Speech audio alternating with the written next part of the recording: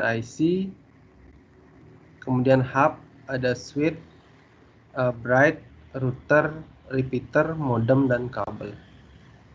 Oke, jadi nanti untuk pertemuan sebelum UTS itu ada 4 ya. Ada yang pertama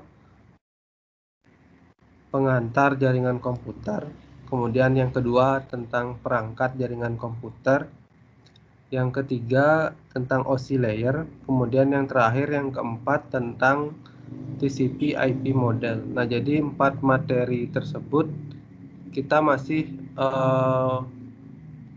membahas teori ya, jadi belum ke percobaan menggunakan paket tracer. Nah, nanti kalau setelah UTS kita belajar IP address, kemudian subnetting, routing, dan yang lainnya itu nanti ada simulasinya menggunakan paket tracer. Nah, di sini sebelum UTS di sini kita membahas materi teori, kebanyakan teori gitu ya. Nah, di sini akan saya jelaskan dari yang pertama itu ya.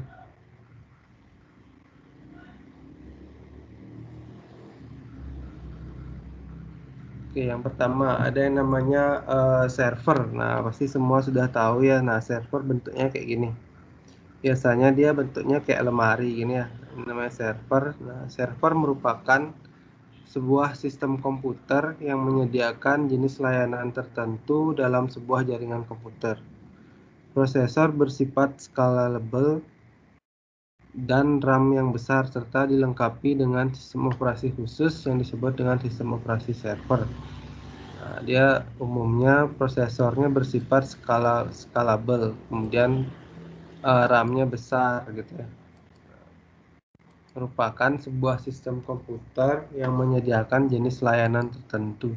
Nah, dia biasanya OS-nya juga berbeda gitu ya. Kalau Windows biasanya ada dia Windows Client, ada Windows Server gitu ya. Jadi yang untuk server operasi sistemnya biasanya berbeda. Linux juga seperti itu. Kemudian jenis-jenis server ya, ada file server, kemudian ada DNS server, ada web server, dan yang terakhir ada mail server.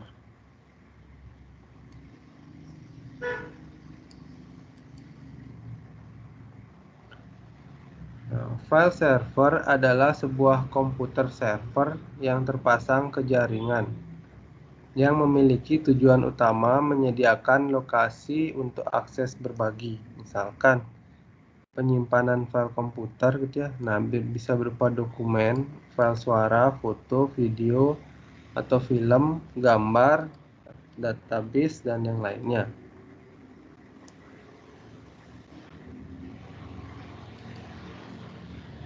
Contoh-contoh aplikasi file server antara lain ada FTP, atau kalau di kepanjangannya File Transfer Protocol. Nah, ini paling sering digunakan itu ada namanya FileZilla. Ya, FileZilla kalau kalian yang bekerja di bidang programmer web gitu ya, kalian umumnya mesti tahu ya, pasti tahu yang namanya FileZilla gitu ya. Jadi FileZilla itu fungsinya untuk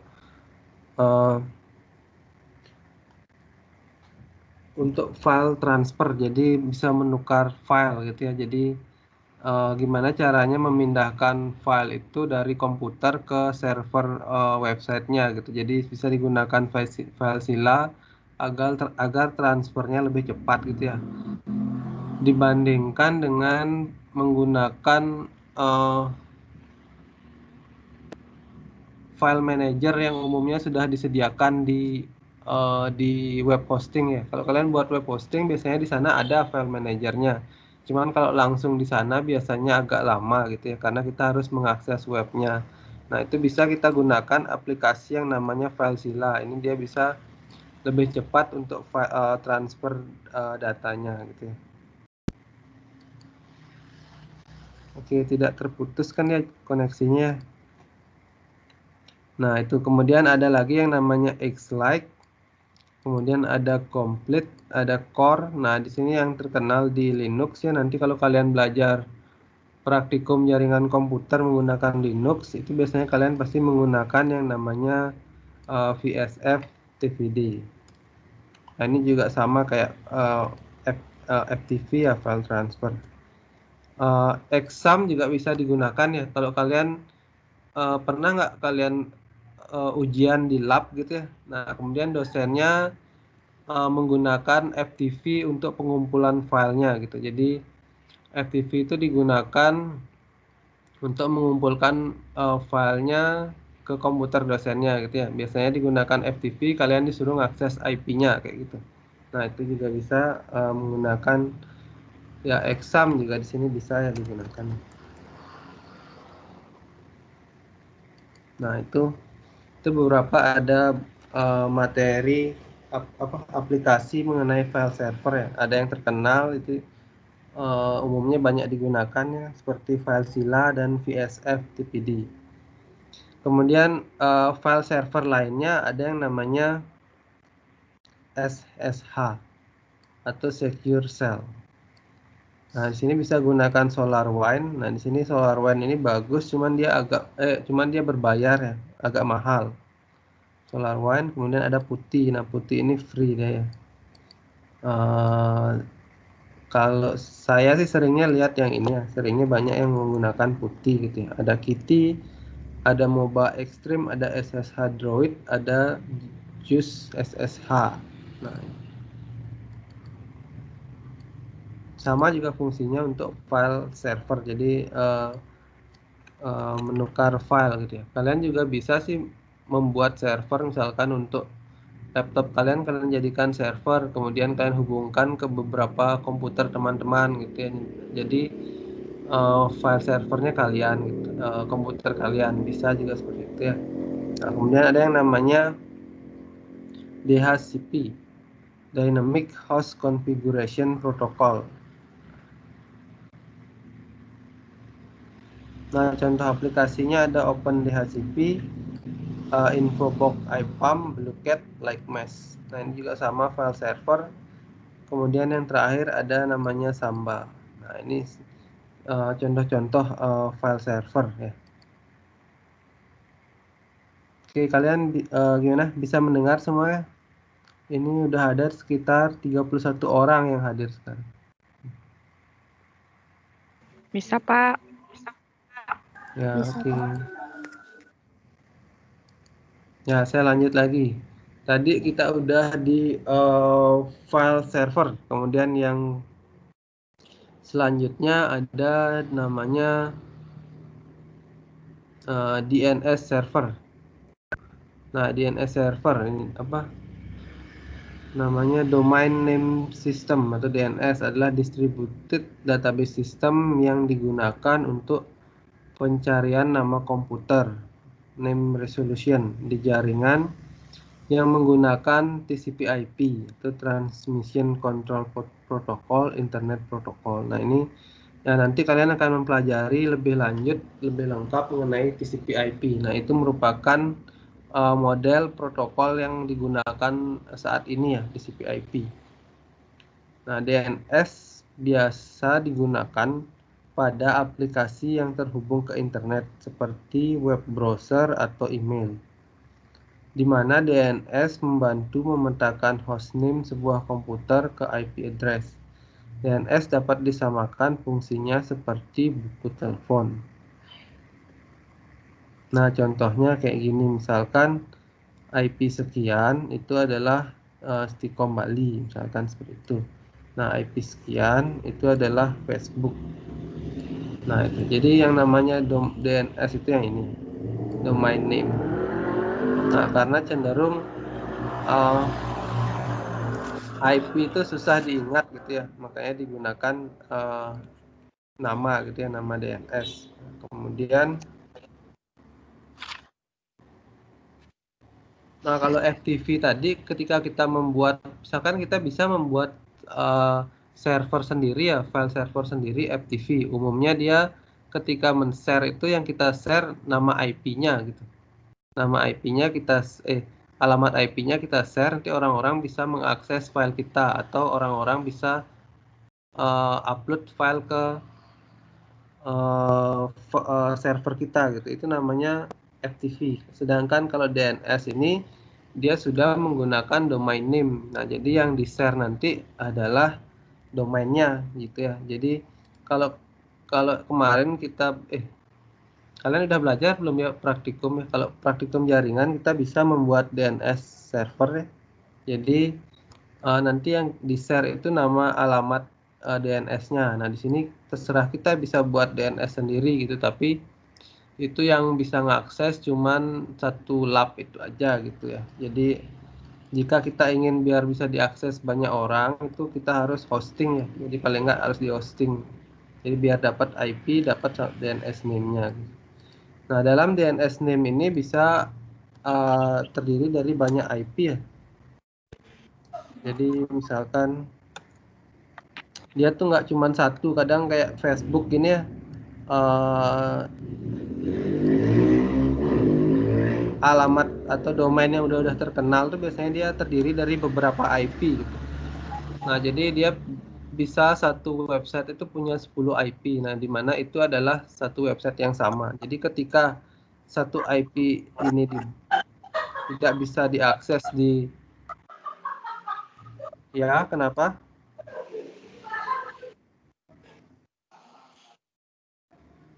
Jaringannya putus nggak ya?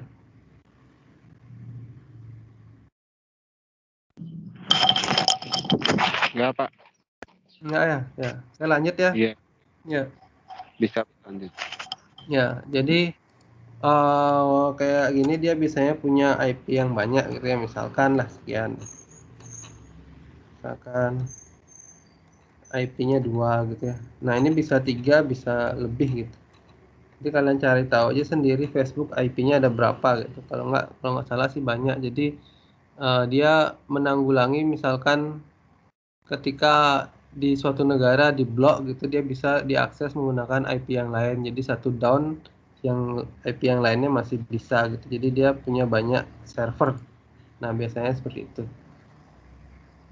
Nah, kemudian DNS server application. Nah, itu kita bisa gunakan SolarWinds ya. Bisa gunakan Puzzler, Atera, Nagios, Uptrain, Thousand Eyes. Nah, itu. Nah, ini aplikasi yang bisa diaplikasikan di Windows gitu ya. Kalau kemarin di Linux apa ya saya gunakan, lupa saya nama aplikasinya. Di Linux ada juga ya. Nah, ini aplikasi-aplikasi yang bisa dijalankan di Linux bisa, di Windows juga bisa. Ada sekian. Nah, ini ada juga aplikasi yang bisa mengakses IP kalian, atau kalian mau tahu IP-nya Stickcom itu berapa, itu bisa kalian cek menggunakan Whois ya. Cari aja di internet namanya Whois. Ini kalau nggak salah .com ya, kadang ada .com, ada .net, ada Whois yang dari ICANN atau IANA juga ada, dia punya Whois juga. Nah, jadi kita bisa tuliskan nama domainnya apa, nanti di sana akan kelihatan IP-nya berapa, dia hosting di mana, kemudian siapa webmasternya, siapa yang menghandle itu kelihatan nanti di sana. Sama kalau kalian, jadi di HP kalian umumnya ada namanya IP ya, jadi kita bisa akses IP. Misalkan di sini saya ingin tahu IP kalian berapa, kalian pakai aja ini, ada iplocation.net. Nanti di sana akan diberitahukan berapa IP kalian ya. Ada IP version 4, ada version 6-nya juga. Nah, di sana kalau yang bahasa Indonesia ada menggunakan ipsaya.com. Nah, itu bisa kalian gunakan untuk mengetahui alamat IP dari handphone kalian atau device kalian yang lain, misalkan laptop atau komputer ya. Oke, itu mengenai DNS. Kemudian saya lanjut lagi ke web server. Nah, web server adalah sebuah perangkat lunak server yang berfungsi menerima permintaan HTTP atau HTTPS dari klien yang dikenal dengan web browser dan mengirimkan kembali hasilnya dalam bentuk halaman web yang umumnya berbentuk dokumen HTML. contoh-contoh aplikasi web server. Nah, ini Apache. Ini kayaknya kalau kalian pasti tahu ya, Apache, kemudian ada Nging, ada Node.js, ada Like TPD, kemudian ada KD, Open Lightspeed, ada Hiawatha. Nah, ini contoh-contoh aplikasi web server. Nah, kalau kalian tahu yang namanya Apache ya, nah itu kalau di exam sih udah keinstall ya semuanya ya, langsung ada Apache, ada database-nya gitu. Nah, kalau zaman dulu sebelum ada exam itu orang kadang dia Apache-nya sendiri diinstal, database-nya lain gitu. Atau sekarang juga ada juga yang gitu ya. Jadi dia antara web server sama database-nya terpisah, aplikasinya bisa juga seperti itu. Nah, umumnya banyak sih yang menggunakan Apache ya. Jadi nanti di sana kalian bisa membuat web server. Nah, ini sebenarnya bisa kita jadikan satu ya semuanya, dari file server, DNS, dan web server itu. Nah, kalau web server itu berbeda dengan DNS dan file server. Kalau web server itu umumnya dia menggunakan website, menggunakan halaman HTML. Jadi dia bukan, kalau kayak FileZilla itu kan ketika kita install, dia akan terinstall di desktop gitu ya. Jadi tidak menggunakan HTML, atau kita nggak perlu ngakses, nggak perlu buka browser gitu ya. Nah, sedangkan itu perbedaan antara itu ya. Kalau file server juga gitu, kita tinggal naruh filenya di drive komputer kita. DNS juga seperti itu, kita bisa taruh di drive komputer kita. Nah, sedangkan kalau web server itu kita perlu mengakses browser.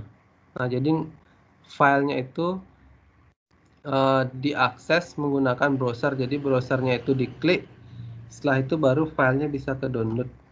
Filenya di drive juga sih ditaruh, tapi dia ada perantara web server. Jadi ketika kita ngakses harus buka website dulu, harus buka browser dulu, akses alamatnya seperti itu.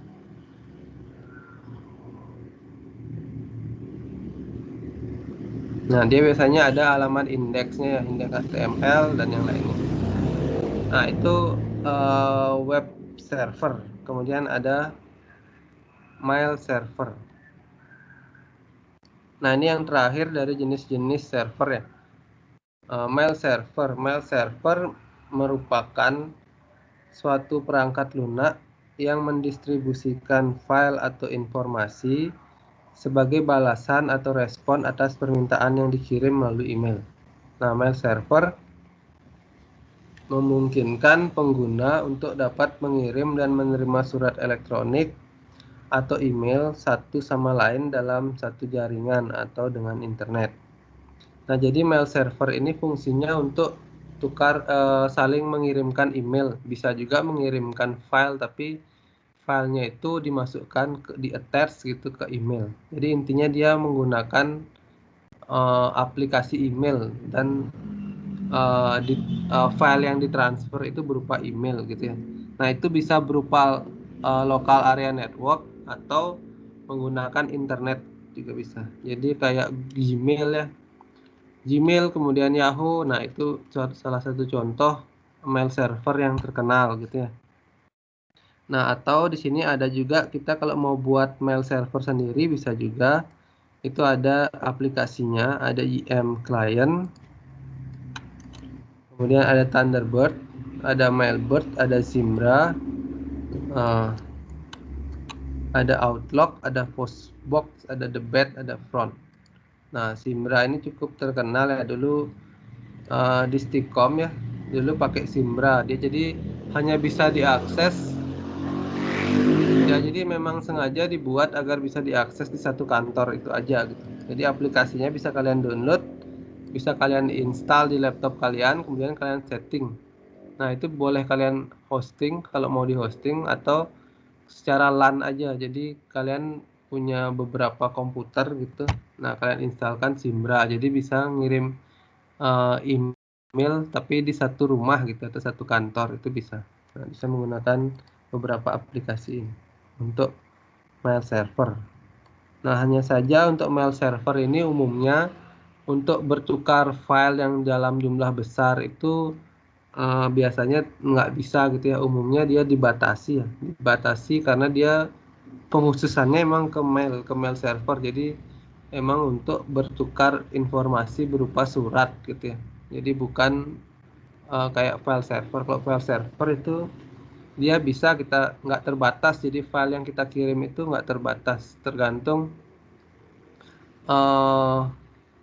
misalkan kayak komputer dengan komputer ya, tergantung komputernya itu berapa maksimum storage-nya gitu. Nah kalau file server itu nggak terbatas ya, file server, DNS server, web server juga nggak terbatas, jadi tergantung storage di hostingnya gitu ya. Sedangkan kalau mail server biasanya dia dibatasi ya berapa mega, kayak email itu kan kadang kita nggak bisa ngirim file yang terlalu besar. Nah seperti itu.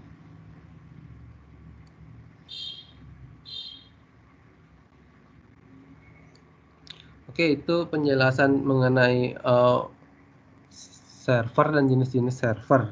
Kira-kira ada pertanyaan ya sebelum saya lanjutkan ke Network Interface Card atau NIC.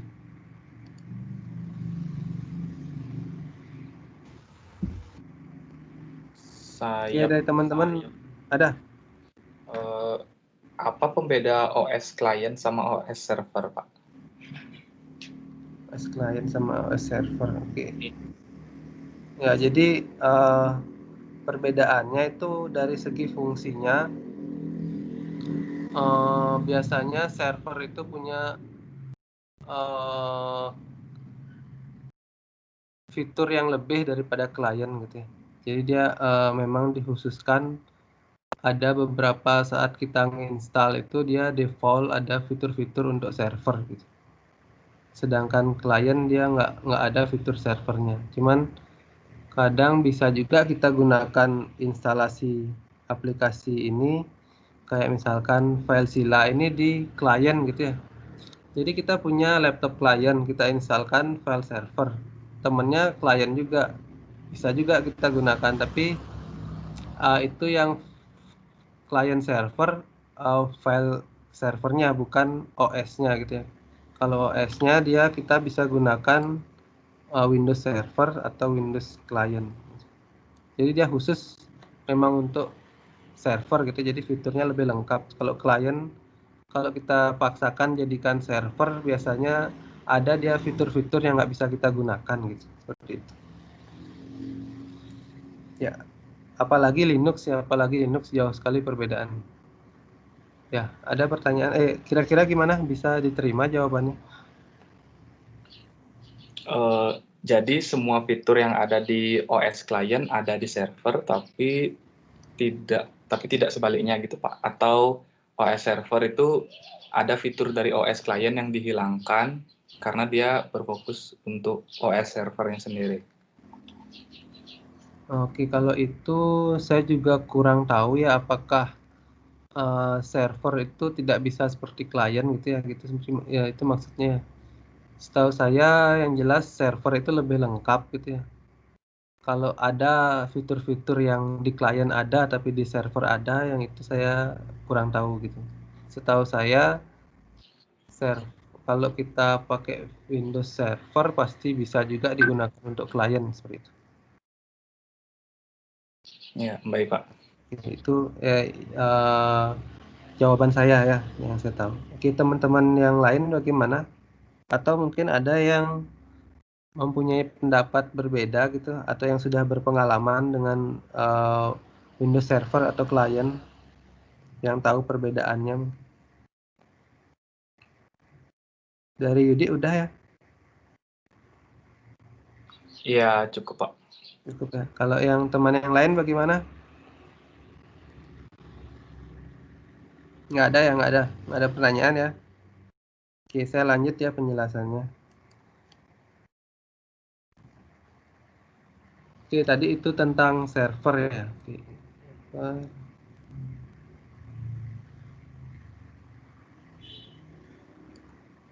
Oke, ya kita lanjut ke NIC sekarang, atau yang kepanjangannya Network Interface Card.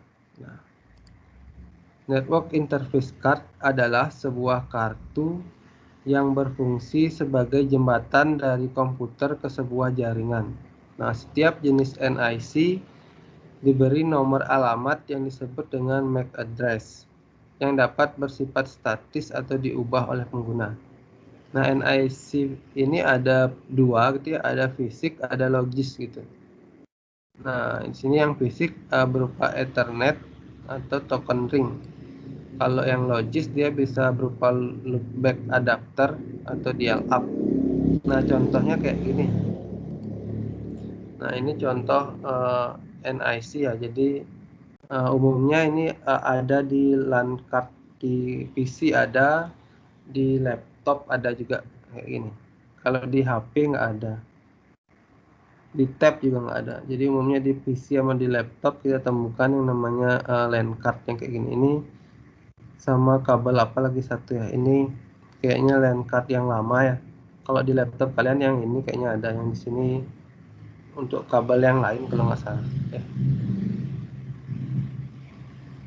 Oke, jadi dia ada tipenya fisik, yang fisik kayak gini deh.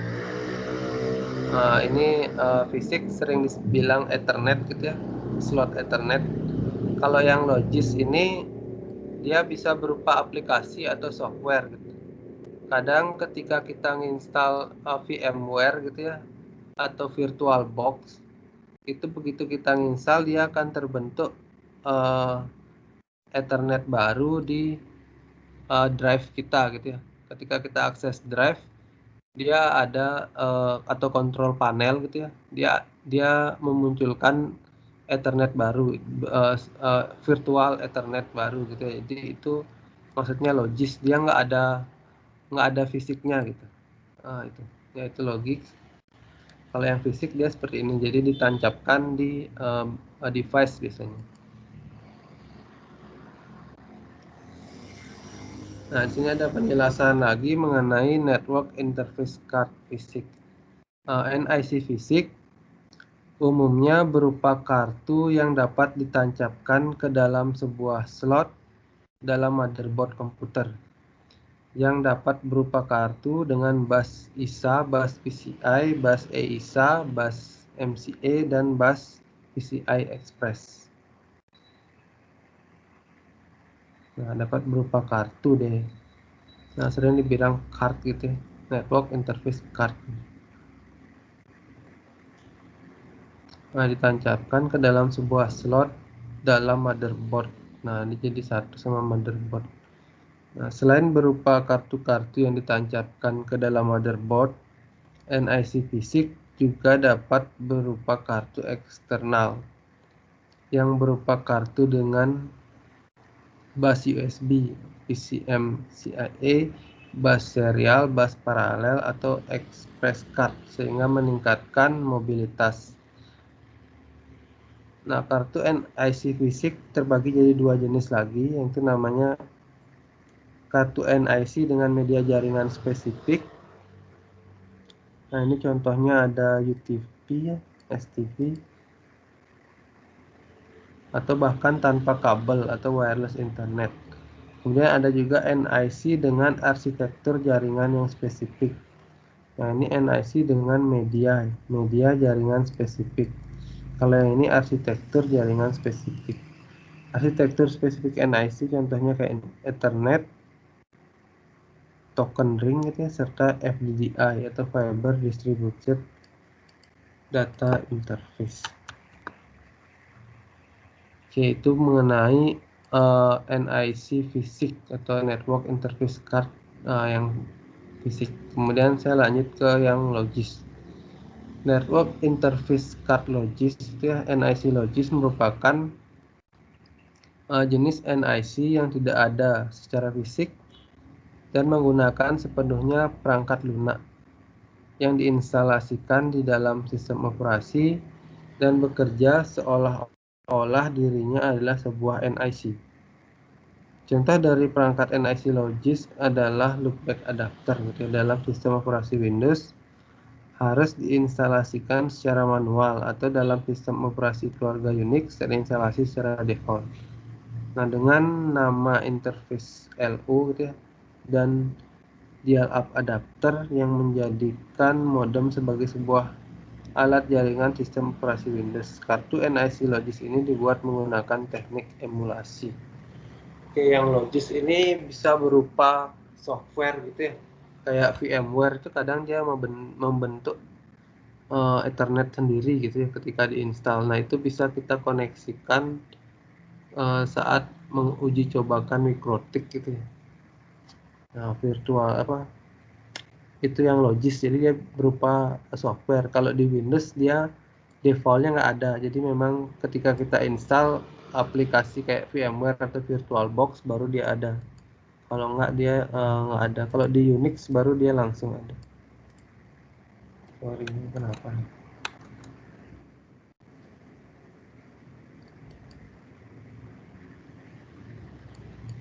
Nah, yang gini namanya NIC.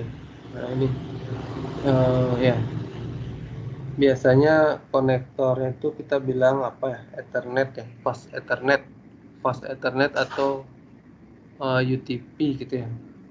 Kalau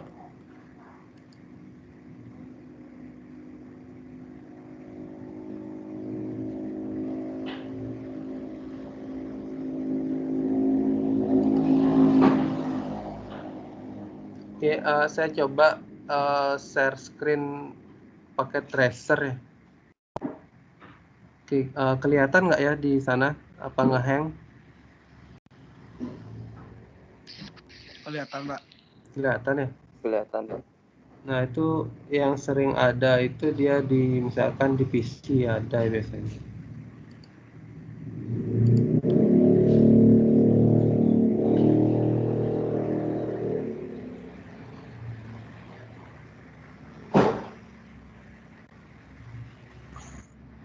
Oh, agak lambat ya kalau saya share aplikasi yang agak berat. Nah, di sini kalau kalian klik nanti ada dia eh, eh, visualisasinya ya, kayak kalau di hub itu banyak sih ada slotnya ya. Kalau hub atau suite yang kayak gini. Ini hub.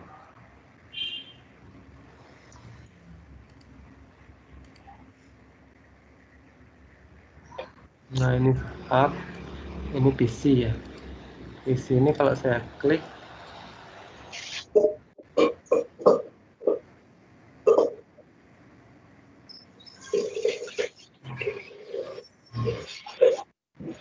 nah ada kayak gini.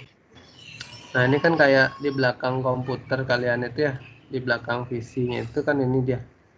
Atau di depan ini ada slot apa namanya DVD RW itu.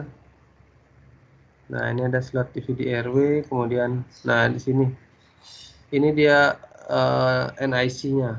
Biasanya ada kayak gini. Nah, di sini kita bisa masukkan fast Ethernet-nya ya. Nanti bisa kita sambungkan. Nah, seperti itu. Nah, kalau di switch dia ada banyak ya. Kalau di komputer biasanya satu ada, jarang ada di komputer itu dua ya. Dua slot Ethernet jarang ada, biasanya satu.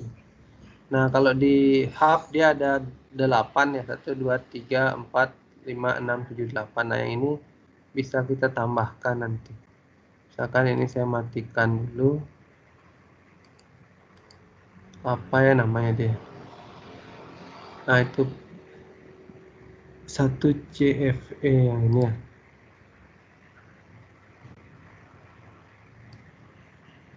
Nah, ini kita bisa tambahkan slotnya. Nah, ya gitu. Jadi dia maksimumnya ada 4. Nah, ini namanya NIC ya. Jadi slotnya bisa kita tancap ke sini tuh. Ya, ini simulasinya ya. Kalau aslinya dia kalian pasti tahu ya, di komputer kalian pasti ada. Di laptop ya. Laptop ada, komputer ada. Nah, ini bisa dinyalain lagi. Nah, seperti itu.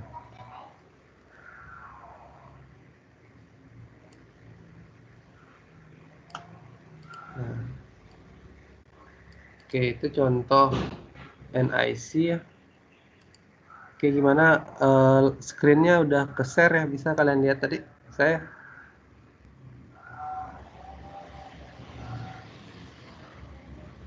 Bisa, Pak. Bisa ya, oke. Ada pertanyaan nggak mengenai NIC sebelum saya lanjut ke hub atau suite?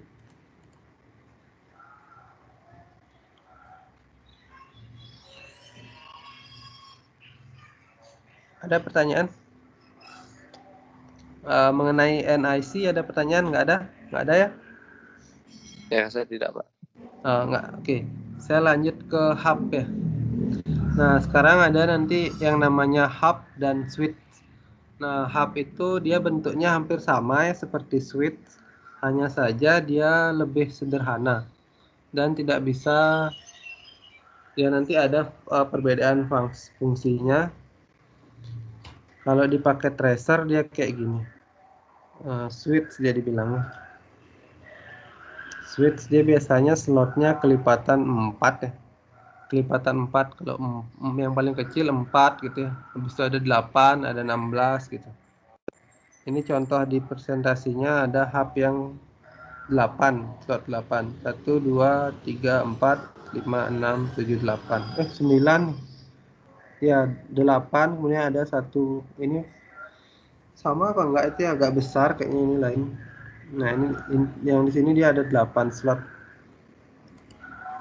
Key hub atau dikenal sebagai network hub gitu ya, adalah hardware yang dipindahkan untuk menghubungkan satu komputer dengan komputer lain dalam sistem jaringan. Tidak hanya untuk komputer, namun semua perangkat yang berhubungan dengan komputer juga dapat dihubungkan dengan hub. Nah, jadi segala alat yang ada IP-nya gitu ya, pasti dia bisa dihubungkan dengan hub. Jadi nggak hanya komputer dengan komputer. Kalau misalkan 2 komputer itu kan, karena satu komputer biasanya ada satu slot. Kalau 2 komputer itu bisa dihubungkan dengan kabel aja, kabel manual itu menggunakan kabel cross ya. Kabel cross, UTP, pakai kabel aja bisa peer to peer, nggak perlu pakai hub gitu. Nah, jika lebih dari 2 komputer, misalkan 3 atau lebih, itu kita harus menggunakan hub. Bukan harus sih, bisa juga menggunakan konektor T kemarin ya, T konektor yang RJ45 itu ya, yang nggak pakai listrik, itu bisa juga. Bisa juga pakai hub yang seperti ini. Kalau hub seperti ini dia pakai listrik dia yang kayak gini.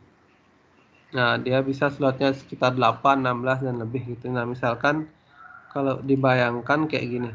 Kalau 2 PC, nah 2 PC gini kan bisa kita pakai kabel gitu ya. Nah, ini bisa kita hubungkan pakai kabel gitu. Nah, tapi kalau 3 PC ini dia nggak bisa guys. Karena dia slotnya cuma ada 1. Ini ke sini dia nggak bisa. Nah, nggak bisa. Karena dia lebih gitu. Nah, di sini kita bisa gunakan hub ya. Hub yang seperti ini.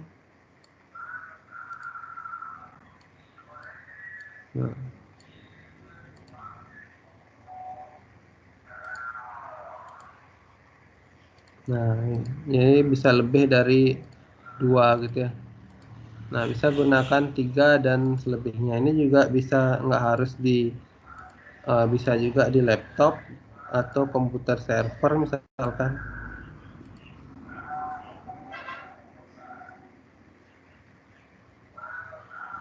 Kalau HP nggak bisa ya, karena HP kan nggak pakai kabel ya.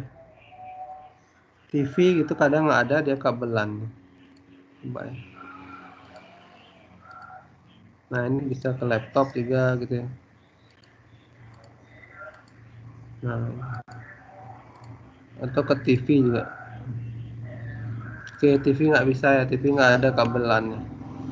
Berarti TV umumnya dia pakai IP ya untuk koneksi internetnya, atau ditambahkan alat. Nah, di sini di paket tracer ini untuk simulasinya TV, HP itu nggak bisa wireless. Printer kan bisa, printer. Terus ini ada telepon juga, kayaknya ada telepon yang ada konektor. Nah, bisa.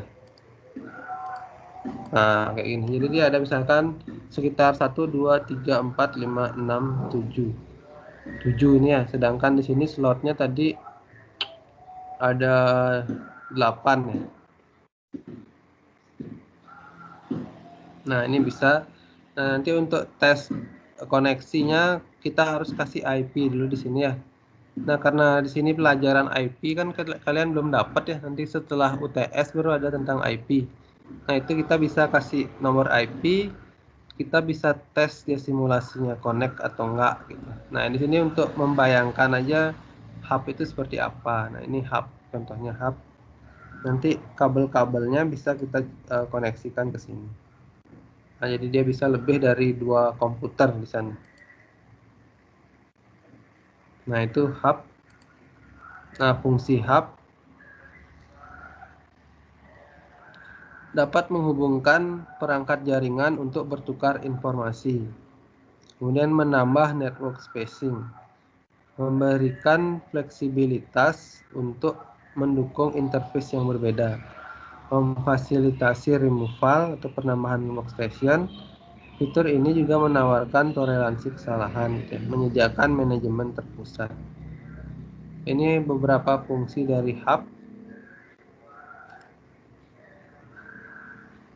Nah, hub ada passive hub, ada active hub. Passive hub itu hub yang berfungsi sebagai pemisah atau pembagi jaringan, tetapi tidak melakukan penguatan sinyal, sehingga hub ini tidak membutuhkan banyak daya tambahan. Jadi dia hanya sebagai pemisah atau pembagi jaringan. Kalau active hub, hub yang dipindahkan sebagai penghubung jalur fisik dan penguat sinyal dalam jaringan, tetapi hub yang aktif membutuhkan daya tambah. Nah, hub juga dia ada jenisnya. Jadi kalau ketika hubnya itu cuma untuk biar bisa connect ke beberapa komputer, tapi nggak ada penguatan sinyal gitu ya. Di sana dikategorikan passive hub. Mungkin harganya juga lebih murah gitu ya. Terus kemudian ada active hub. Nah, di sini dia punya kelebihan, hubnya itu bisa menguatkan sinyal gitu seandainya agak jauh koneksi antara hub sama komputernya itu gitu. Jadi dia ada, tapi dia memerlukan listrik atau sumber daya yang lebih besar gitu ya. Jadi dia ada penguatan sinyal juga di sana gitu. Kemudian di sini ada yang namanya switch ya, switch dan hub hampir sama bentuknya gitu ya. Kalau saya cari di internet juga yang kelihatan banyakan switch gitu, hub udah jarang kelihatan. Di paket tracer juga nggak ada hub gitu. Ini paket tracer dia dibilang switch namanya. Kalau kita cari hub di sini udah nggak ada hub. Oh, ini ada hub. Nah, hub seperti ini. Nah, ini. Kalau yang ini switch tadi namanya ya, switch. Yang ini hub. Coba kita lihat isinya. Ya sama ya. Nah, 1 NMCSC. Nah, ini isi 6 ya. 1 2 3 4 5 6. Isi 6 slot. Nah, coba ini misalkan tadi ini kan switch tadi ya. Ya, sekarang misalkan saya pindahkan ke hub. Misalkan yang ini hub sekarang. Nah, contohnya hub. Sorry ya tadi saya gini, soalnya hampir sama antara hub dan switch. Nah, ini kan bisa dia connect. Nah, hanya saja tadi slotnya dia cuma ada 6 gitu ya. Di sini 1 2 3 4 5 6. Nah, sedangkan ke printernya dia nggak bisa karena no available portnya cuma ada 6 dari 0 sampai 5. Ya, jadi portnya ada 6, dia mulainya dari 0, mirip-mirip kayak array ya. Kalau di struktur data itu kalian kan pernah belajar array ya. Array kalau ada 6 dia mulainya dari 0 sampai 5. Nah, hub itu juga seperti itu. Jadi ketika slotnya ada 6, dia mulainya dari FE0 sampai FE5 gitu. Nah, di sini kita bisa tambahkan lagi portnya gitu ya.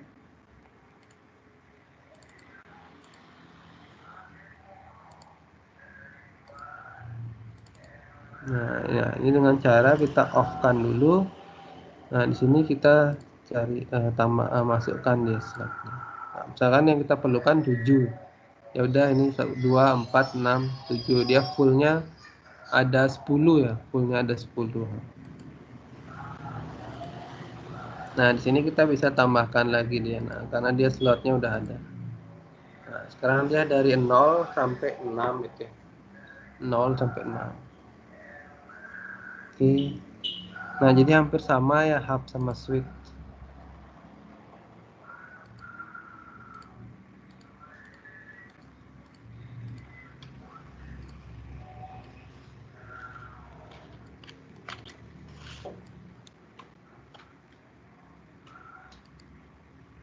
Oke, nah sekarang saya lanjut ke switch ya. Switch adalah perangkat keras jaringan yang menghubungkan perangkat pada jaringan komputer dengan menggunakan paket switching untuk menerima dan meneruskan data ke perangkat tujuan. Switch adalah bentuk saklar jaringan yang paling umum. Nah, switch pertama diperkenalkan oleh Kalpana namanya pada tahun 1990. Switch juga tersedia untuk jenis jaringan lain termasuk fiber channel, asynchronous transfer mode, dan InfiniBand. Tidak seperti hub repeater yang kurang canggih gitu ya. Yang menyiarkan data yang sama dari setiap portnya dan membiarkan perangkat memutuskan data apa yang mereka butuhkan. Sebuah switch mengalihkan data hanya ke perangkat yang perlu menerima.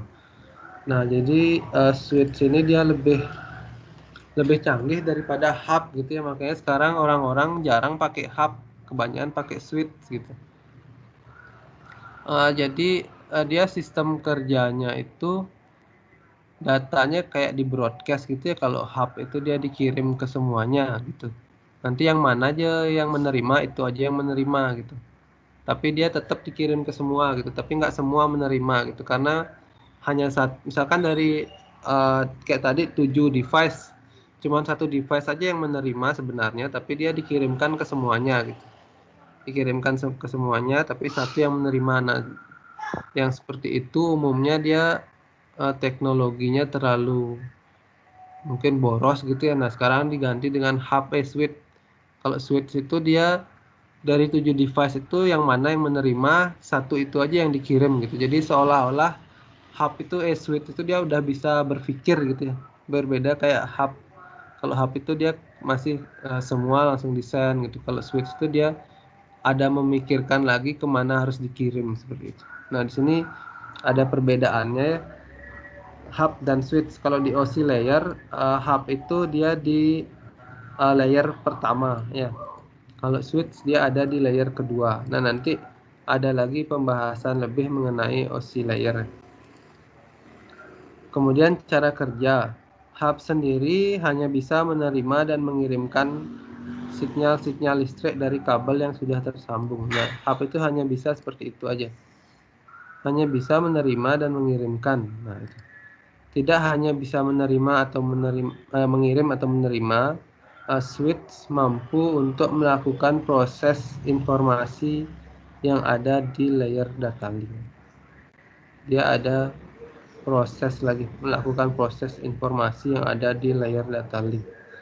Kehandalan, kalau hub dia dinilai kurang gitu ya, kalau switch dinilai handal.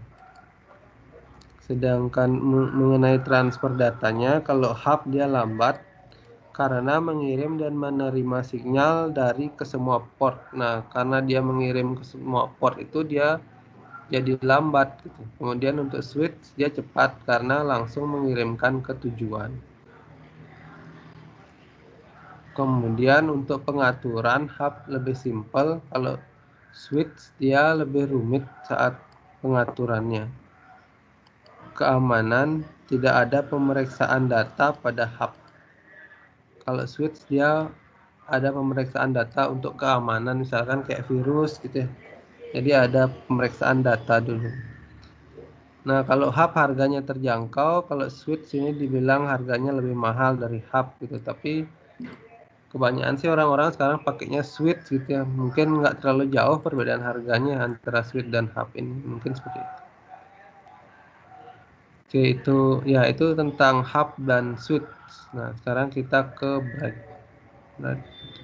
Oke, gimana kalian mendengarkan tadi? Kalau hub sama switch ada pertanyaan?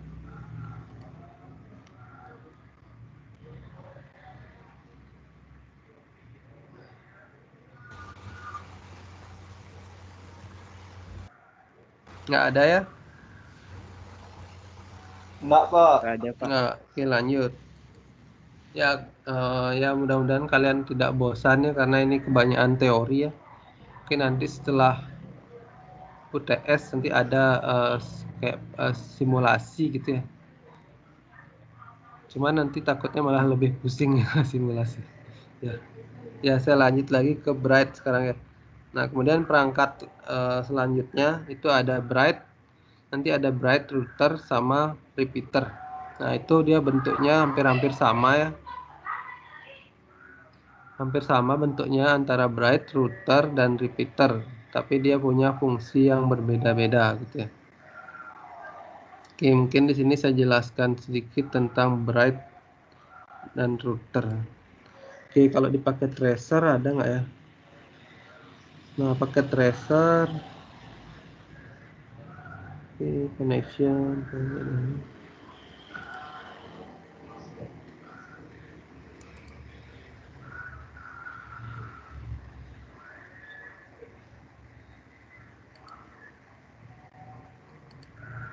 Nah, oke, di sini router ada ya. Router, ini namanya router. Kalau di paket tracer dia bentuknya bulat gini ya. Bulat kayak tabung gitu ya. Apa bilangnya, tabung yang kepotong tuh, nah, kayak gini. Namanya router. Umumnya untuk simulasi itu digunakan ini router PT ini ya. Router aja yang ada ya. Kalau repeater kayaknya nggak ada sama bright. Nah, tergantung nanti gimana kita setting router PT-nya ini ya. Jadi dia bisa dijadikan bright, bisa dijadikan repeater, mungkin seperti itu ya. Nah, itu router. Oke, nah ya saya mulai dari bright dulu ya. Gambarnya kayak gini ya, pokoknya mirip-mirip kayak gini dia bentuknya ya. Bright adalah alat yang mampu menghubungkan jaringan komputer LAN yang berbeda. Nah, bright memungkinkan sekali untuk dilakukannya koneksi jaringan komputer, semisalnya Ethernet dengan fast Ethernet, ataupun segala tipe jaringan yang serupa maupun sama namun jalan wilayah LAN berbeda. Bright melakukan pekerjaannya di dalam data link layer model OSI. Nah, oleh sebab itu Bright sangat dimungkinkan untuk bisa menyambungkan jaringan komputer yang menggunakan transmission mode atau medium access control yang tidak sama.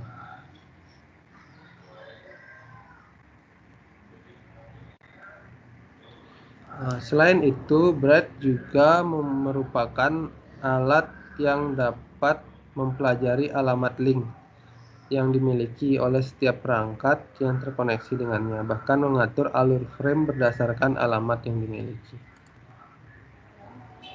Oke, itu tadi tentang bright. Jadi dia namanya bright itu kalau di Indonesia kan artinya jembatan gitu ya. Jadi ya sama seperti namanya ya, fungsinya untuk menghubungkan gitu ya, menghubungkan jaringan komputer LAN yang berbeda gitu ya. Jadi ya nanti untuk router, kemudian bright, kemudian repeater itu jadi dia berbeda dengan switch atau hub. Kalau switch atau hub ini misalkan kita bisa menghubungkan di satu LAN gitu ya, satu LAN atau dia satu subnet gitu ya. Nah, nanti misalkan kelas A di sini ya. Kalau di sini ada lagi jaringan kelas B gitu ya. Misalkan ini jaringan kelas A.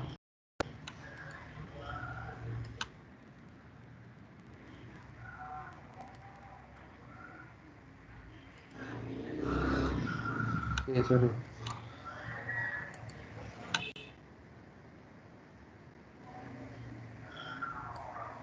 Nah, ini misalkan kayak gini.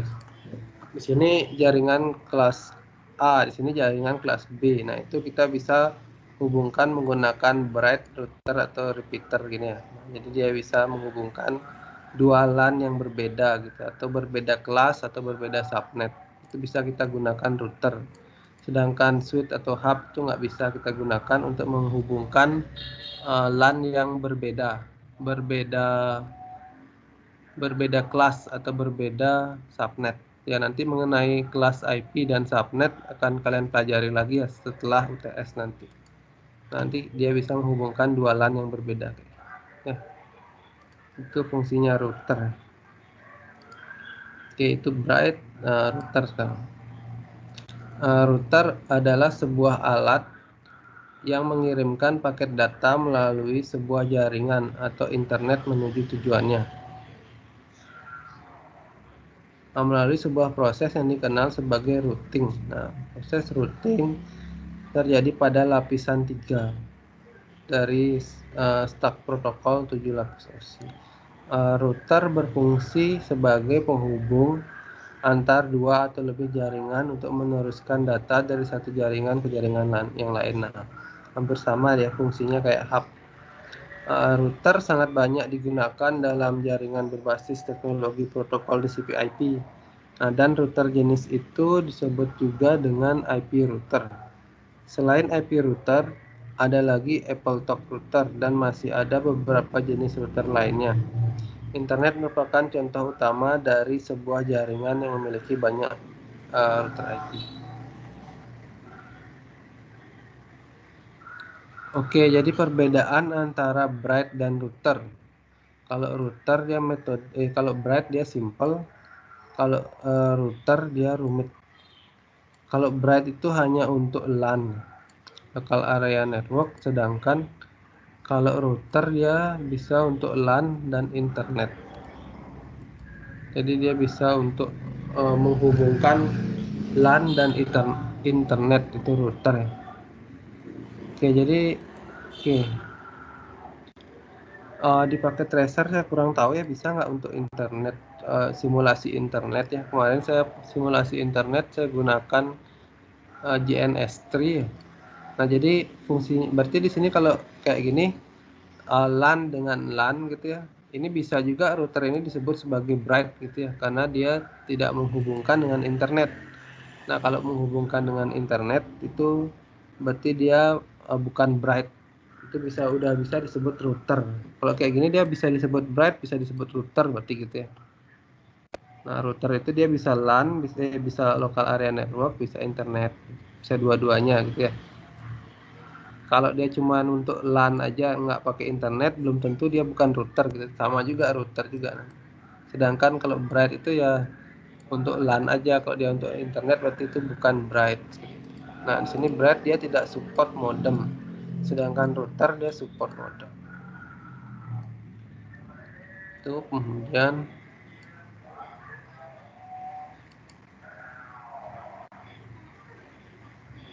kemudian ada lagi yang namanya repeater. Ya, bentuknya sama juga kayak gini ya. Jadi bisa disetting sebagai repeater.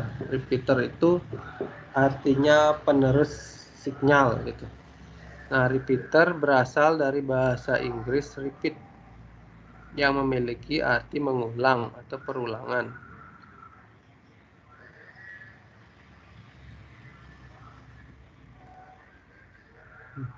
Definisi dari repeater adalah alat yang berfungsi untuk memperluas jangkauan sinyal WiFi yang lemah dari WiFi utama. Jadi dia kalau WiFi itu kan ada areanya sekitar diameter berapa.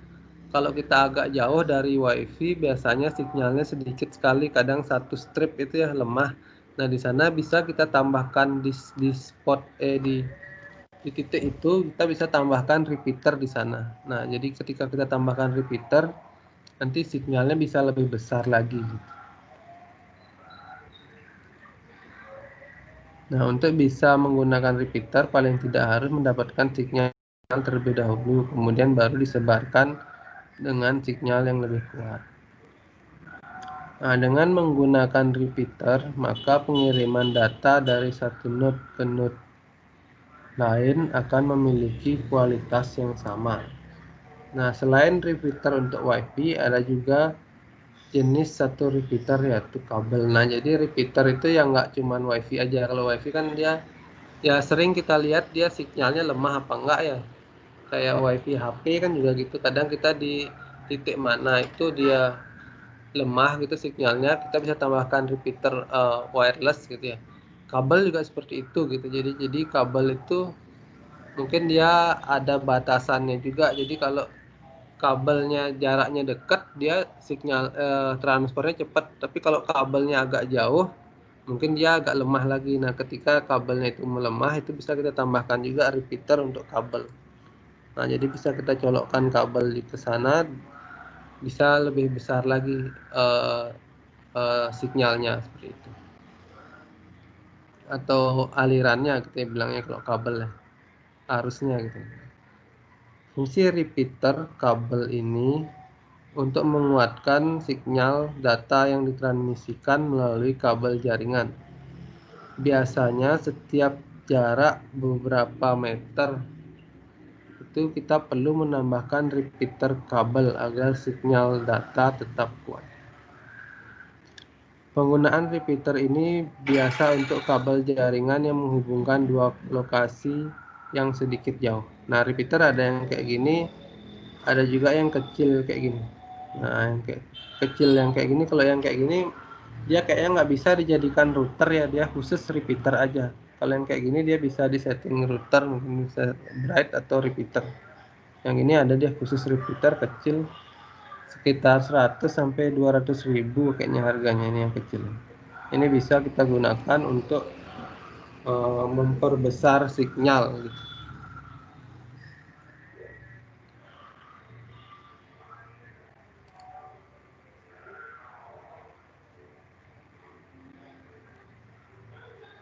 Oke, ini nanti mungkin bisa dibaca-baca lagi tentang repeater gitu ya.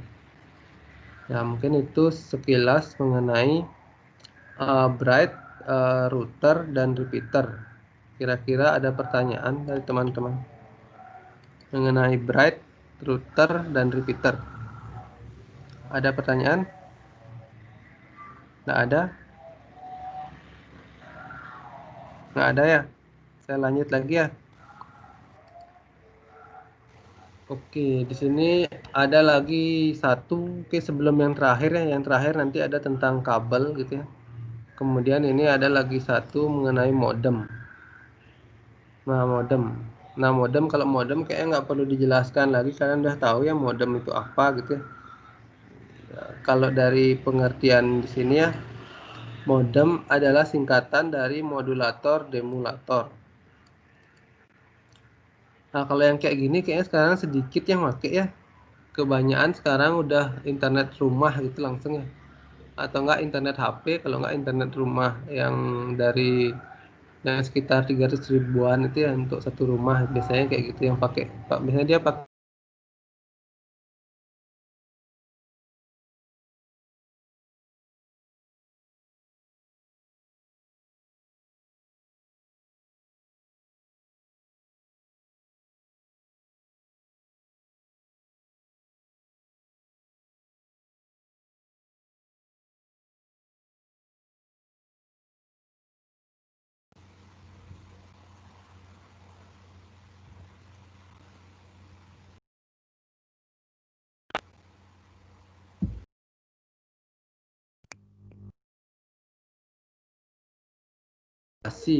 yaitu untuk proses menumpangkan data pada sinyal informasi ke sinyal pembawa supaya dapat dikirim ke pengguna melalui media tertentu. Proses modulator dapat juga diartikan proses mengubah data dari komputer yang berbentuk sinyal digital akan diubah menjadi sinyal analog. Sedangkan demodulator adalah proses untuk memperoleh kembali data yang telah dikirim oleh pengirim. Dalam proses ini, data yang berupa sinyal analog akan diubah kembali menjadi sinyal digital supaya dapat dikenali atau dibaca oleh komputer. Nah, modem adalah sebuah perangkat keras yang berguna sebagai alat komunikasi dua arah yang merubah sinyal digital menjadi sinyal analog atau sebaliknya untuk mengirimkan data atau pesan ke alamat yang dituju. Nah, modem bisa juga diartikan sebagai media perantara supaya komputer dapat terhubung ke jaringan internet. Nah, ini modem ada yang modem kabel dan nirkabel ya ini. Yang nirkabel itu ada GSM, CDMA.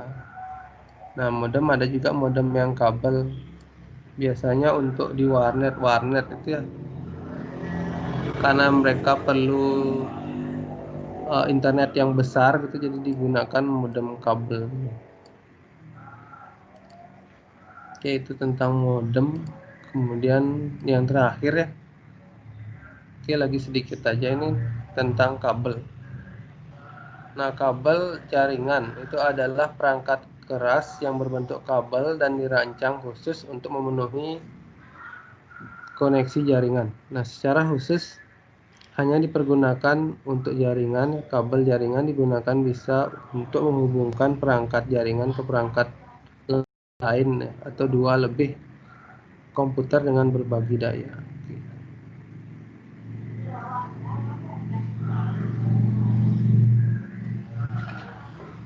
Oke, itu kabel, jadi fungsinya untuk menghubungkan. Nah, secara umum kabel ada 3 ya, koaksial, ada twisted pair, ada fiber optik.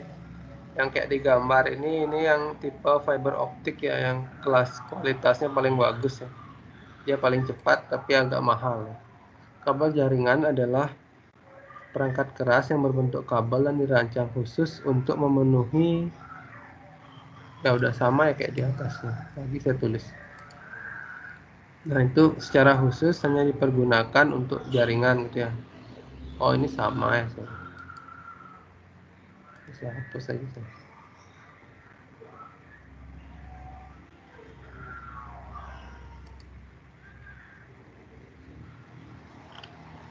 Oke, ini ya. Jadi ada 3.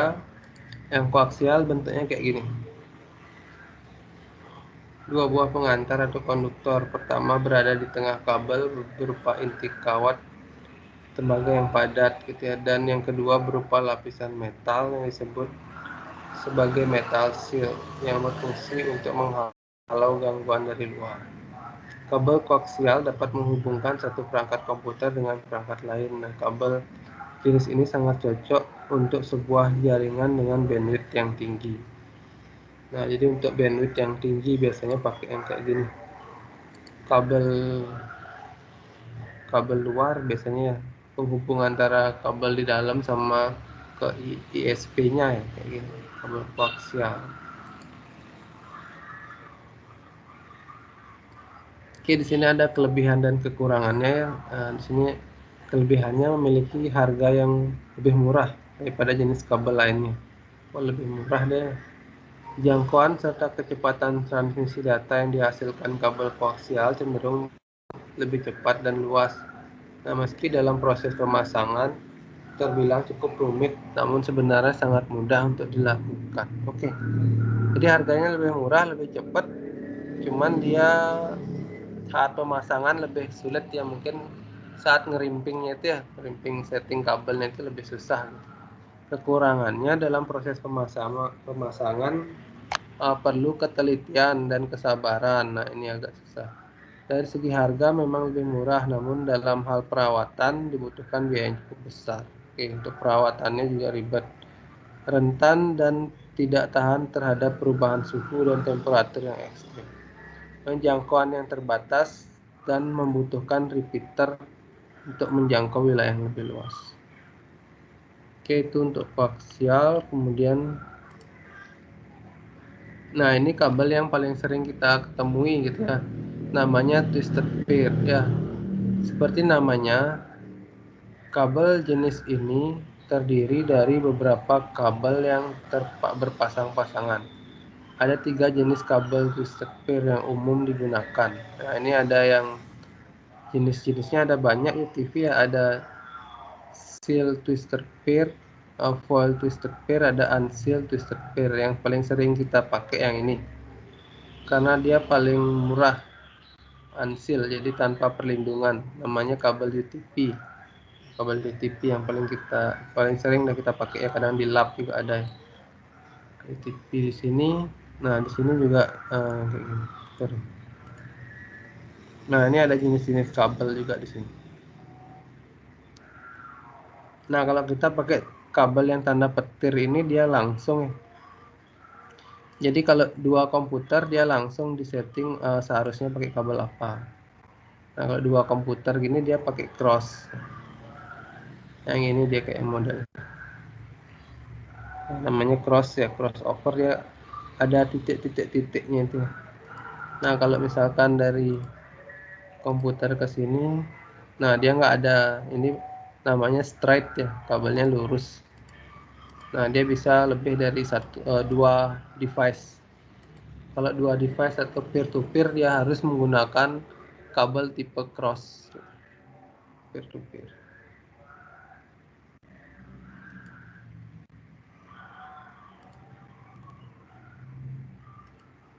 Itu kemudian di sini. Nah, kelebihannya itu ya ada proses pemasangan dan instalasi yang terbilang mudah karena tidak diperlukan alat khusus. Nah, mudah. Ini yang sering kalian coba crimping itu ya. Kalian crimping, oh, langsung dah kalian masukkan RJ45-nya, konektornya di sini.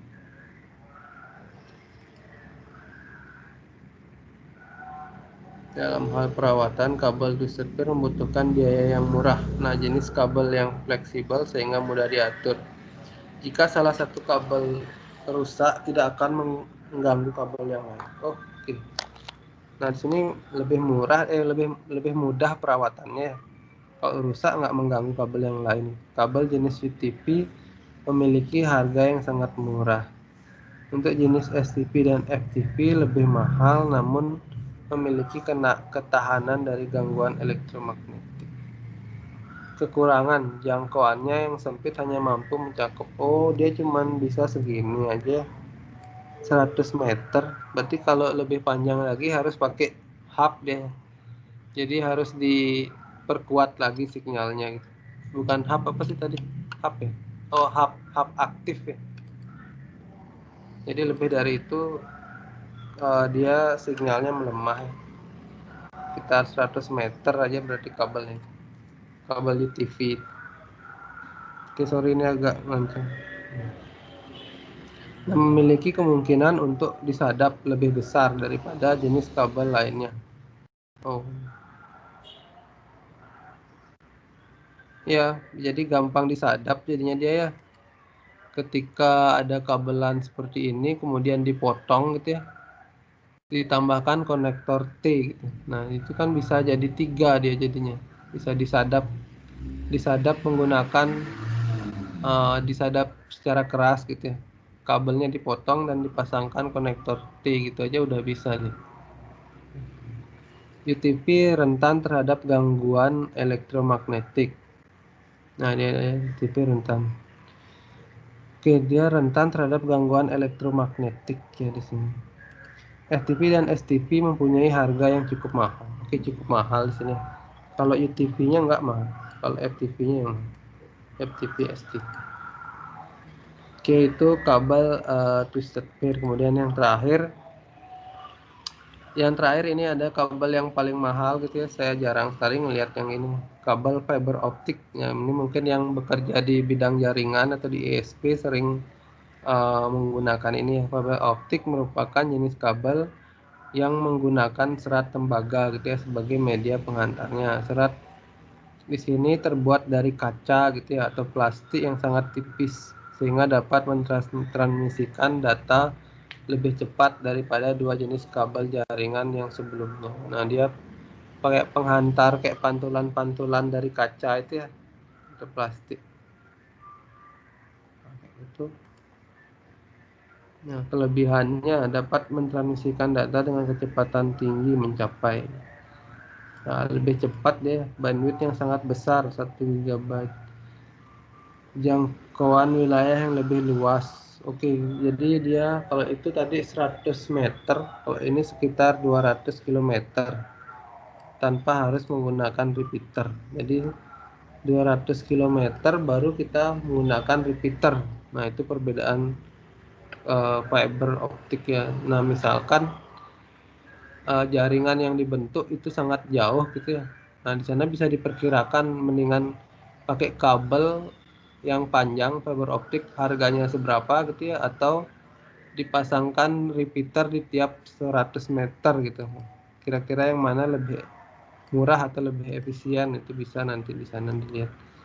Dari segi bahan terbilang awet dan tahan terhadap perubahan suhu dan temperatur yang ekstrim. Karena awet, maka biaya perawatannya lebih murah. Oh, jadi dia susah rusak ya. Mampu menahan gangguan elektromagnetik dari luar. Tidak mudah disadap. Tidak mudah disadap sih. Mungkin karena ininya ya, kayak konfigurasinya itu agak susah, jadi dia di sini dibilang susah disadap.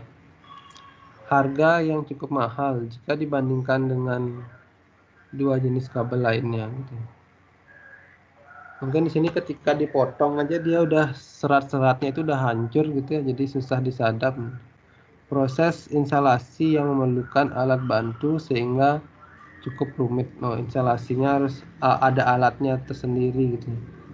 Jika terjadi kerusakan, maka dibutuhkan seorang tenaga ahli untuk memperbaikinya. Dikhawatirkan dapat menyerap hidrogen sehingga mengakibatkan loss data. Nah, itu kekurangan dan kelebihannya. Oke, sekian ya. Jadi ya sekian presentasinya mengenai perangkat jaringan komputer. Nah, nanti mungkin di sini pakai tracernya masih untuk menjelaskan aja nanti biar kalian ketika menggunakan itu tahu yang mana kabel-kabel itu, yang mana device gitu. Nah, di sini switch kayak gini dia gambarnya. Kalau router kayak gini. Kalau tadi di aplikasi di dunia nyata tadi ada juga gambar. Oke, sekian. Gimana kalian, ada pertanyaan?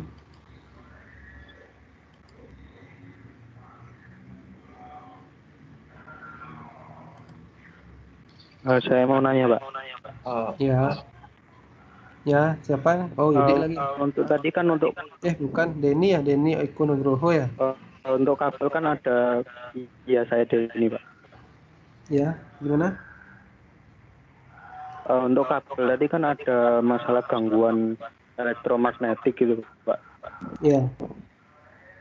Nah, gangguannya itu kayak gimana itu? Oke, ya itu pertanyaannya. Ya, yang lain gimana? Yang lain ada pertanyaan juga? Saya Pak tentang kabel itu Pak. Ya.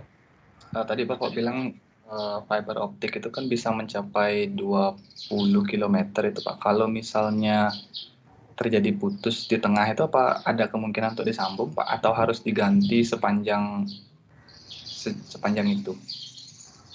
Ya. Itu sih.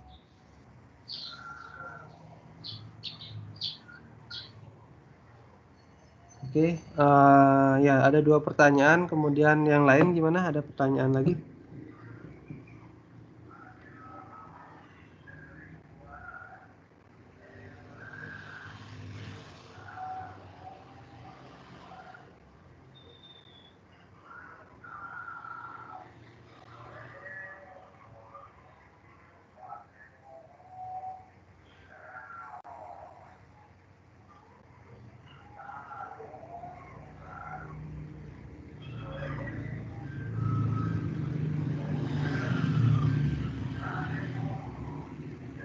Saya Pak. Ya, silakan. Kabel HDMI itu bisa disambung nggak sama kabel RCA Pak? Soalnya ada beberapa bilang HDMI bisa disambung sama RCA, tapi kalau udah dicolokin dia nggak mau nyambung Pak. Apa kendalanya itu Pak? Kabel HDMI kenapa? HDMI disambung sama kabel RCA Pak. Kabel RCA. Ya. Oke, saya tampung dulu pertanyaannya. Oke, ada 3 pertanyaan ya tadi ya.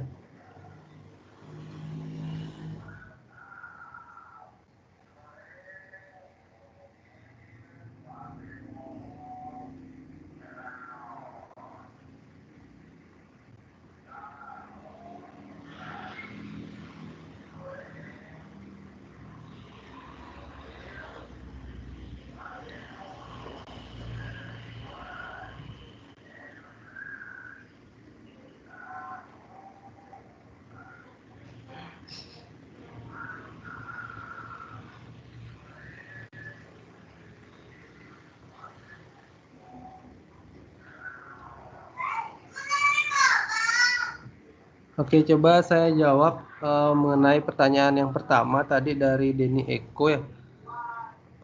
Ya tadi juga saya sempat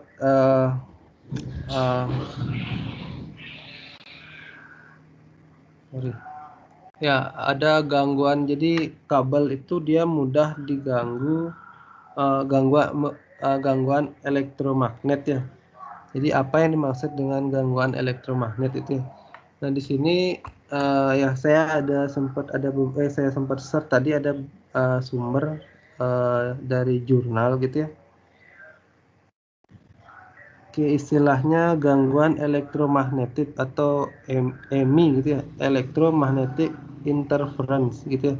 Terjadi bila noise pancaran spektrum elektromagnetik yang dihasilkan dari peralatan elektronik dan elektromekanik mengganggu sinyal spektrum yang ditimbulkan dari peralatan lain gitu ya. Beberapa peralatan atau sistem dapat berada dalam lingkungan yang sangat keras dan lingkungan yang bising gitu. Nah, hal tersebut yang dimaksud dengan gangguan elektromagnetik gitu.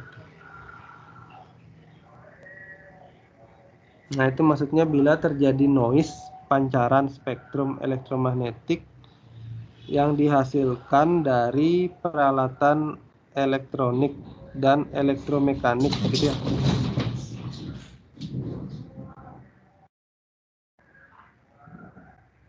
Sorry, ada ribut tadi, sepertinya di atap ada kucing. Kedengaran nggak tadi sini? Ya itu mengenai gangguan elektromagnetik. Kira-kira bisa diterima jawabannya Denny Eko Nugroho? Kalau untuk biasanya itu terjadinya karena apa gitu Pak, kalau di prakteknya gitu Pak?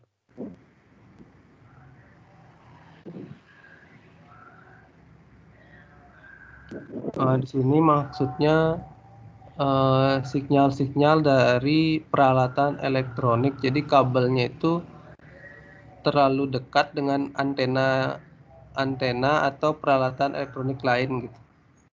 Jadi misalkan ada TV gitu sama kayak mic ya.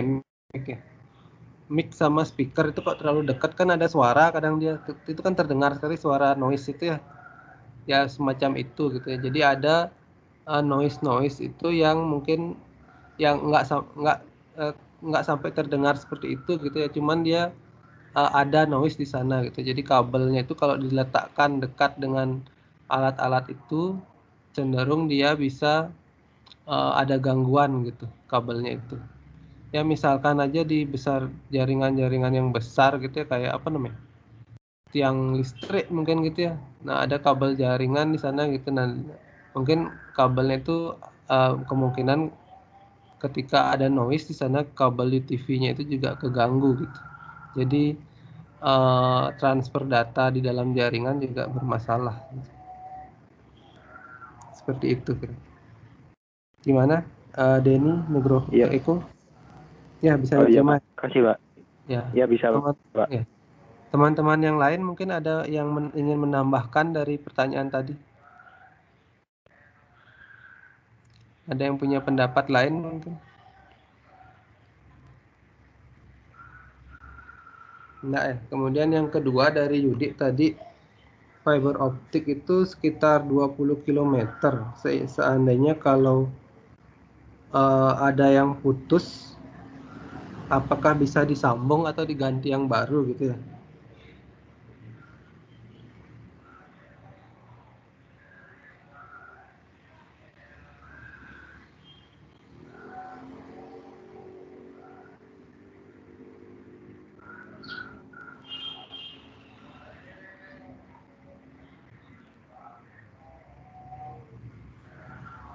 Oke, ya. Di penjelasan tadi udah ada juga yang mengenai bagaimana ketika kabel fiber optik itu rusak atau putus gitu ya. Jadi fiber optik itu dia dikatakan tahan lama, cuman namanya tahan lama pasti ada juga kemungkinan dia rusak gitu ya atau putus. Nah di sini apakah bisa disambung gitu ya? Nah, tadi kalau di PowerPoint juga dijelaskan itu bisa disambung, bisa diperbaiki gitu ya, atau dikonfigurasi, hanya saja memerlukan alat tambahan dan ahlinya gitu ya. Jadi dia agak susah. Di sini juga saya ada search itu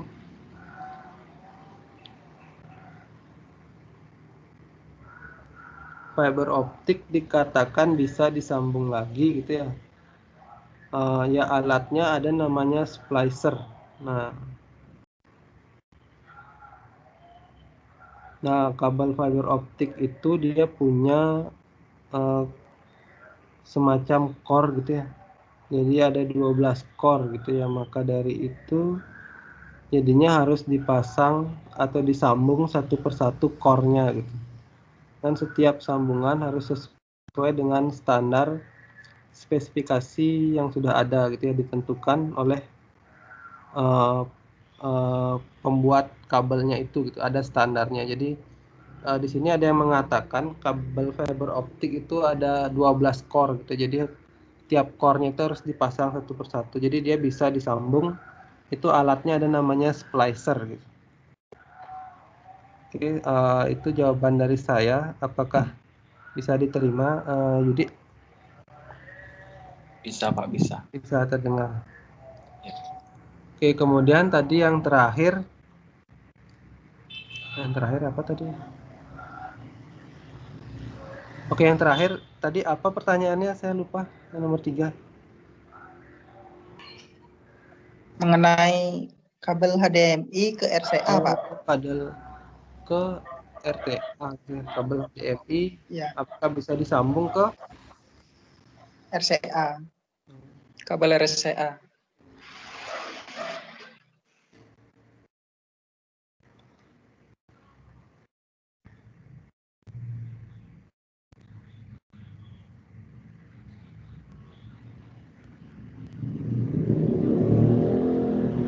Oke, ya. HDMI itu untuk kabel ke monitor ya, HDMI, kemudian RCA ini saya jarang lihat ya. Kalau dari mungkin tadi siapa? RCA itu untuk apa? RCA itu kabel yang biasanya yang ada 3 warna itu loh Pak, yang merah, kuning, sama putih itu loh Pak, yang biasanya untuk audio sama suara itu. Kabel yang sebelumnya itu ya. Sedangkan HDMI kan dia mencakup untuk semua jenis video, suara, dia sudah jadi mencakup jadi satu. Tapi kalau RCA kan dia sendiri-sendiri dia kabelnya Pak. Itu apa bisa disambung apa gimana itu Pak? Soalnya zamannya HDMI sama RCA kan jauh beda itu Pak. Saya ngerti maksud pertanyaan. Ya, jadi ya kalau TV-TV atau zaman dulu itu ya, jadi saya ingatnya dulu ketika zamannya ada DVD sama PlayStation gitu ya. Nah, itu kan pakai 3 itu ya. Oh, itu RCA namanya. Jadi kabel itu ya ada audio, video gitu ya.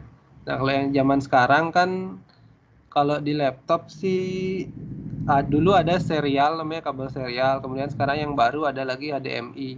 Nah, umumnya laptop-laptop sekarang dia pakai ada serial, ada HDMI juga gitu ya. Kalau yang lebih baru lagi sekarang mungkin HDMI aja mungkin ada ya.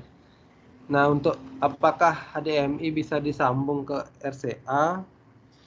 Kalau itu saya kurang tahu ya, tapi yang jelas di sini saya search sih ada gininya, kayak apa namanya? Konektor ya, apa ya? Converter gitu ya. Nah, coba aja di search di internet, ada kayak converternya. Jadi dia bisa nyambung RCA sama HDMI gitu, bisa diteruskan seperti itu. Ada istilahnya konverter aktif.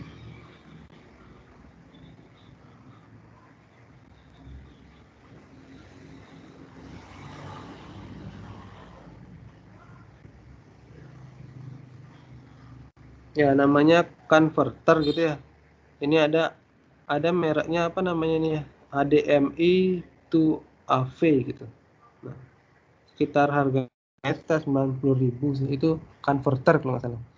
Kalau disambungnya saya kurang tahu ya, karena soalnya itu kan kayaknya dia kabelnya lain gitu, kayaknya susah itu disambung karena yang itu tiga kabel HDMI, dia ada slotnya berbeda juga. Kalau disambung dibongkar langsung disambung itu saya kurang tahu. Kalau di sini saya search sih kebanyakan mereka pakai converter ya, ada converternya. Bagaimana kira-kira bisa diterima jawabannya? Oh iya Pak, iya makasih Pak. Soalnya kan udah pernah cobain yang converter itu, kok nggak tetap dia nggak bisa dipakai. Jadinya saya bertanya apakah bisa sendiri disambung itu aja. Soalnya udah beli converternya itu Pak, tapi nggak bisa kepake dia, nggak muncul video sama audionya dia. Oh gitu, oh nggak bisa Ya, itu digunakan. Nggak bisa digunakan Pak. Oh itu untuk kasus apa itu gininya? Mau dipakai untuk apa? Untuk Iya, untuk sambungan ke TV Pak, biasanya Pak, sama TV, yang berhubungan TV di sama rumah. HDMI sama yang ketiga itu, colokan RCA-nya. Oh ya, maksudnya TV di rumah ya, apa di mana? Di kantor? Ya, kan ada beberapa unit elektronik yang nggak pakai HDMI itu, cuma pakai kabel RCA itu. Maksudnya untuk saya kan laptop masukin ke Wayan ini. Saryanto Ya. itu lagi maksudnya lagi apa namanya? Maksudnya lagi untuk di rumah apa untuk di kantor itu yang tadi itu? Oh, untuk di rumah, di kantor juga Pak, sama Pak. Oh, yang masih yang pakai itu ya? Yang pakai RCA ya? Iya, RCA. Sedangkan sekarang yang baru-baru kebanyakan device nggak ada ya kabel itu ya? Iya, HDMI nggak ya? ada Pak. Iya, HDMI semua soalnya Pak. Oh, converternya nggak bisa gitu, makanya maunya dicoba Nggak bisa. dibongkar. Iya. Kalau itu saya kurang tahu ya, tapi kalau saya bayangkan kayaknya enggak gitu, karena beda gini. Tapi ya nanti coba aja ditanyakan ke yang lebih ahli gitu ya, atau enggak nanti saya coba search lagi ya. Oke Pak, makasih banyak Pak. Oke ya, sekian. Mungkin dari pertanyaannya tadi cukup bagus-bagus ya pertanyaannya. Mungkin dari teman-teman yang lain juga jadi dapat tambahan pengetahuan gitu ya. Oke, untuk presentasi dari saya sekian. Teman-teman yang lain gimana? Ada pertanyaan lagi atau enggak?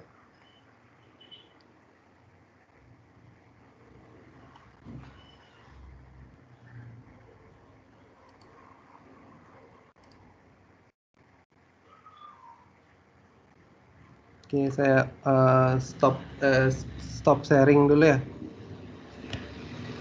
Keringatan saya di sini. Tunggu sebentar.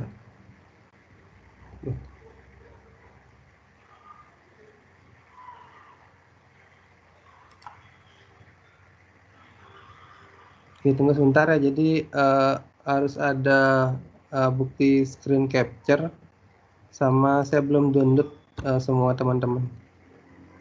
Belum download kehadirannya.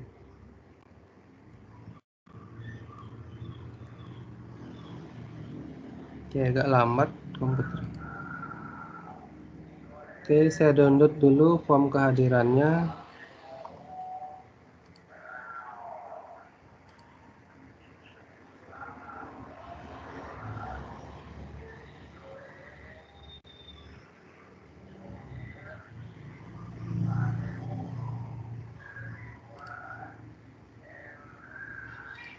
Oke, sekarang saya capture ya.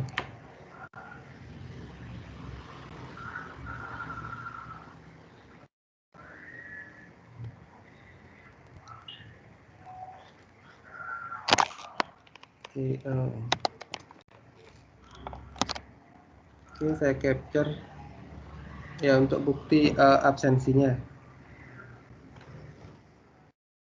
Oke, sudah. Oke, ya karena nggak ada pertanyaan dan waktunya sudah habis, sudah selesai, absensinya juga sudah. Untuk pertemuan kedua hari ini saya akhiri sampai di sini. Ya, teman-teman sudah boleh leave ya, silahkan istirahat atau ada kuliah lagi. Ya, silahkan. Terima kasih Pak. Ya, Terima kasih Pak. Terima kasih, Pak. Semangat Pak. kasih Pak. Terima kasih Pak. Terima kasih Pak. Terima kasih, Pak. Baik Pak, makasih Pak. Ya, Terima kasih Pak. ya.